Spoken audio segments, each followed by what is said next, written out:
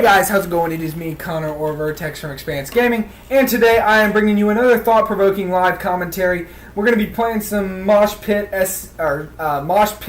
with submachine guns because I am currently going for a supply drop challenge. Now, as you can see, I got the 14 kills a little while ago, so I'm almost halfway there, but this is the first game that I'll be on recently within the last couple hours, so I'm going to go ahead and throw that disclaimer out there. My shot is going to be terrible, but I'm also going to go ahead and warn you guys, I'm sitting on a creaky chair, so that'll be what you hear if you hear that. So, sorry about that, but I'm not home, so I'm not in my nice comfy chair. Anyways, what I wanted to talk to you guys about today is supply drops. Now, it is common knowledge now that they will be selling supply drops, they meaning Sledgehammer Games, to players. Now, what a supply drop is, for those of you that don't know, is it's a package that you open that you can get a range of specialized stuff, whether it be clothes, items, or weapons. Items meaning, like, goggles or something. I don't know.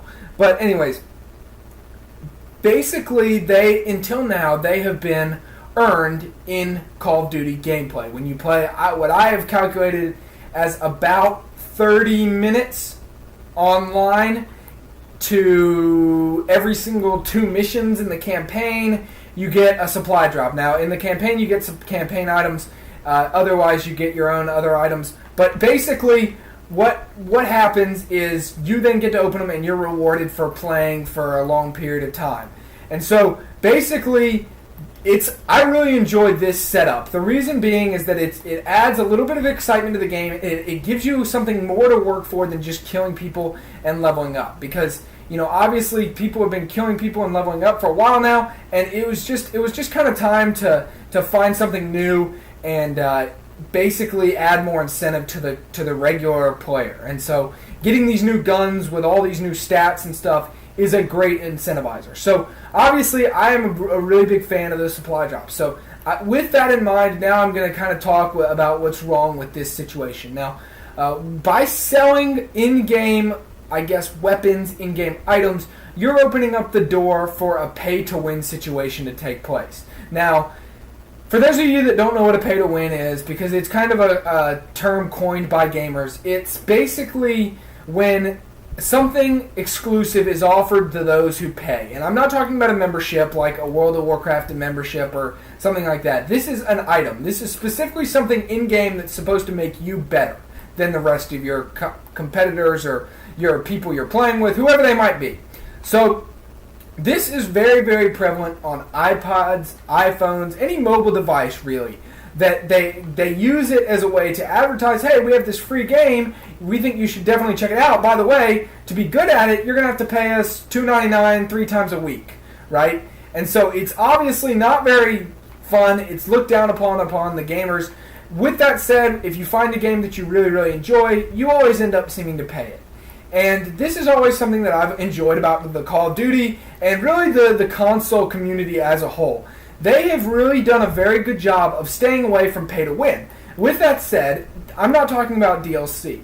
DLC, for those of you that don't know, is when basically they roll out content later on than it was originally planned to be, or later on than the initial game release. So whether it be maps, whether it be new items that don't really give you a boost, they're just cool. Basically adding on, they've been used a lot of times to add on to the adventure of a game. So they've been said, okay, well, we're going to say, okay, well, we want you to be able to enjoy more hours of this game, so we made 4 more maps, but we spent our time doing this, so we're going to need you to pay just a little bit more. And I'm completely fine with that. I enjoy DLC. I always pay for DLC just because I enjoy what it does. I enjoy that if it's a game that I really enjoy playing, it offers me an opportunity to play more, which is even better. And it's just, in general, DLC is widely used and it's accepted. And then basically Call of Duty got into this with map packs, and then Black Ops 2 opened the door to microtransactions, is what they're called. And microtransactions are basically short camouflages for your guns, or player cards, or emblems, or something along those lines that are just customization. And basically they allow the player to express themselves a little bit more for the small price of about $2.99. Now, I know that I'm running basically a content information session that all of you already know, but I'm going to get to the point that worries me in a little bit. So, in these situations, all the players are getting is basically just a small little item that means nothing in this grand scheme of the gameplay. Whether or not you have a golden camo means nothing if all your guns are the same. With supply drops, the guns are no longer all the same. So then you have to worry, okay, so are these people, meaning the main demographic they're probably trying to hit is ages 16 to 10, because they're the ones that are more willing to loosely spend their money on video games. And not even just the game itself, but the add-ons and stuff, just because they have less of a concept of money. And that's just a general statement. And so basically what they're saying is that these players, these individuals, can pay $500 and get the best guns in the game, all of them, while the people who are unwilling to pay are stuck with the really bad guns. And that's what worries me, because there are people that will do that. And, besides just buying one gun, they'll buy all five. And that's usually just a bad idea, because it makes the game less fun for the individuals who aren't, and therefore you're losing about 50% of your content population. I don't really know how else to say it. So that is something that's worrying. Now, this will be the first time that this is introduced. I have never seen games that I played. I play, a lot of first-person shooters, things like that. I've never seen games that I played that are pay-to-win on console. I'm going to give you a little bit of a reference to what it means for computer games. If you ever play games like World of Warcraft, RuneScape, games like that, that are MMORPGs, they have what is called pay-to-win a lot. And this is not necessarily the same sense as an iPod, or as an iPhone or iPod, whatever game.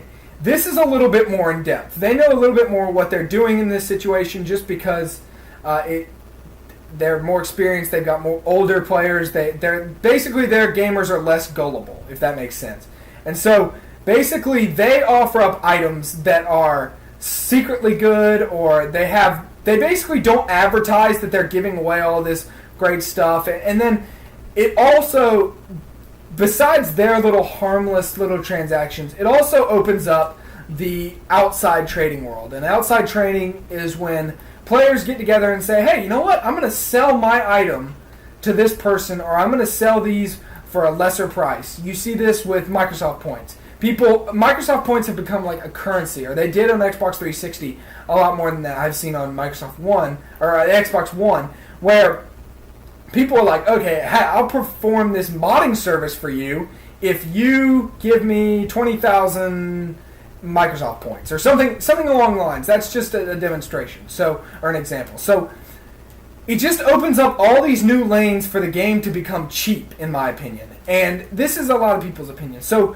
that's that. And I think that adequately explains the issue with bringing up pay to win, or pay to get special stuff that other people might not be able to get immediately in situations. So basically that's the problem. And then I also was thinking about it, and I also thought, well, in context of looking at RuneScape, or looking at World of Warcraft, or looking at any game like that, you also see outside markets come with trading, gold, currency, whatever the currency of the game is.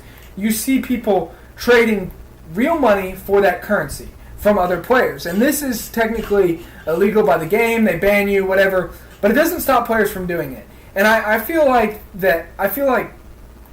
by opening up a pay to buy supply drop situation, you're also giving people the idea that maybe they want to trade weapons and trade things. Now that's fine, that happens. People trade. That's just going to happen, and that's not necessarily bad. But again, it opens up real world trading where people profit from others. They profit from their own luck. They profit from farms where they set up just a bunch of players that play the game for endless amounts of hours, collect money, collect supply drops, whatever it may be, and then trade the weapons or whatever they get out of them for real world money, and they make a pretty good profit off of it, while the I guess innocent kids that just want to play the game and just want to have all the advantages that come with, I guess, getting good supply drops or getting good stuff, that it basically just corrupts the game, and it makes the game lose its individual intent, which is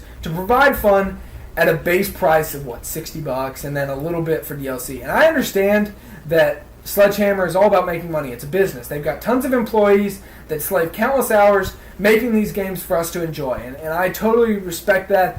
And DLC and stuff like that is awesome. Make as much DLC as you want. I'm gonna pay for it because I think personally that it's worth it. And well, that's all good and all. Branching out further is dangerous, and so I know that nobody from Sledgehammer is watching this, but be careful. My message to them would just be careful with how you handle this situation, because it can get out of control very, very easily. And I just wanted to give you guys an example. So before you go and buy $60 worth of supply drops, or buy so that you can get that Obsidian Steed or Speakeasy,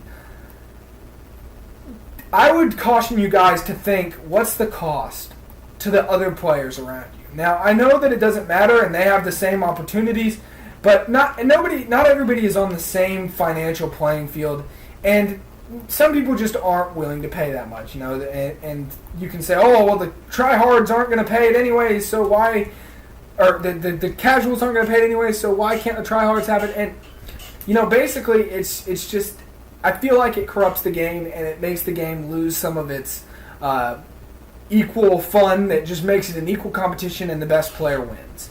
And that's something Call of Duty's been very good at for very long. And that's just my thought on it. Please leave your comments on it.